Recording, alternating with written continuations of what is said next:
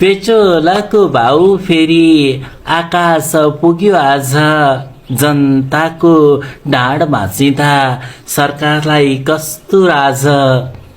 भान्सामा ग्यास महँगो, सडकमा पेट्रोल आगो।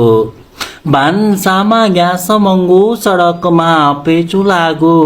जनतालाई बाछ अब कसरी चलाऊँ, जीवनको गाडी भागो।